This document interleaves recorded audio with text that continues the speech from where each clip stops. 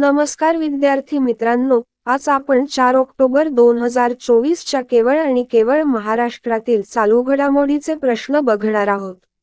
तर चॅनलवर नवीन असाल तर चॅनेलला नक्की सबस्क्राईब करून घ्याल.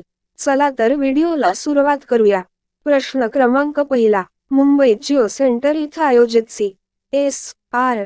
जर्नल एक्सलन्स पुरस्कार कार्यक्रमात कोणाच्या हस्ते विविध पुरस्कारांचं वितरण झालं? याचे उत्तर आहे ओम बिर्ला यांच्या हस्ते.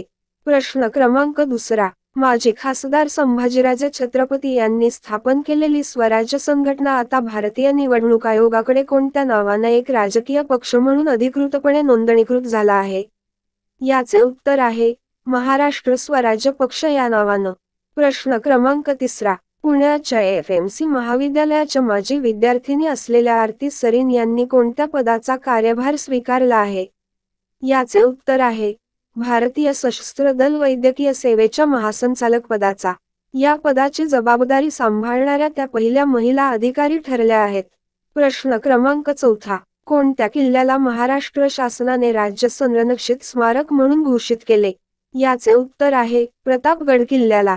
प्रश्न क्रमांक पाचवा. महाराष्ट्रातील कोणत्या जिल्ह्यात पीएम टेक्सटाईलची पायाभरणी केली आहे? याचे उत्तर आहे अमरावती येथे. प्रश्न क्रमांक सहावा. दुसरा जागतिक कृषी पर्यावरण पुरस्कार कोणत्या राज्याला प्राप्त झाला आहे? याचे उत्तर आहे आपल्या महाराष्ट्र राज्याला. प्रश्न क्रमांक सातवा. बँक ऑफ महाराष्ट्रने नुकताच कितवा वर्धापन दिवस साजरा केला? याचे उत्तर आहे 90वा.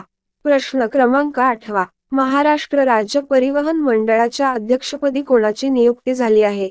याचे उत्तर आहे भरत गोगोले यांची. प्रश्न क्रमांक नववा. महाराष्ट्र शहर आणि औद्योगिक विकास महामंडळ म्हणजेच सिडकोच्या अध्यक्षपदाचा कारभार कोणी स्वीकारला? याचे उत्तर आहे संजय शिरसाट यांनी. प्रश्न क्रमांक 10वा. महाराष्ट्रातील 434 औद्योगिक प्रशिक्षण संस्थांमध्ये संविधान मंदिराचे लोकार्पण कोणाच्या हस्ते करण्यात आले? याचे उत्तर आहे उपराष्ट्रपती जगदीप धनखड यांच्या हस्ते. मित्रांनो, तर हे होते राज्याची संबंधित 10 चालू घडामोडीचे प्रश्न. जाता जाता व्हिडिओला नक्की लाईक करून जाल, कारण व्हिडिओ बनवायला खूप मेहनत लागते. धन्यवाद.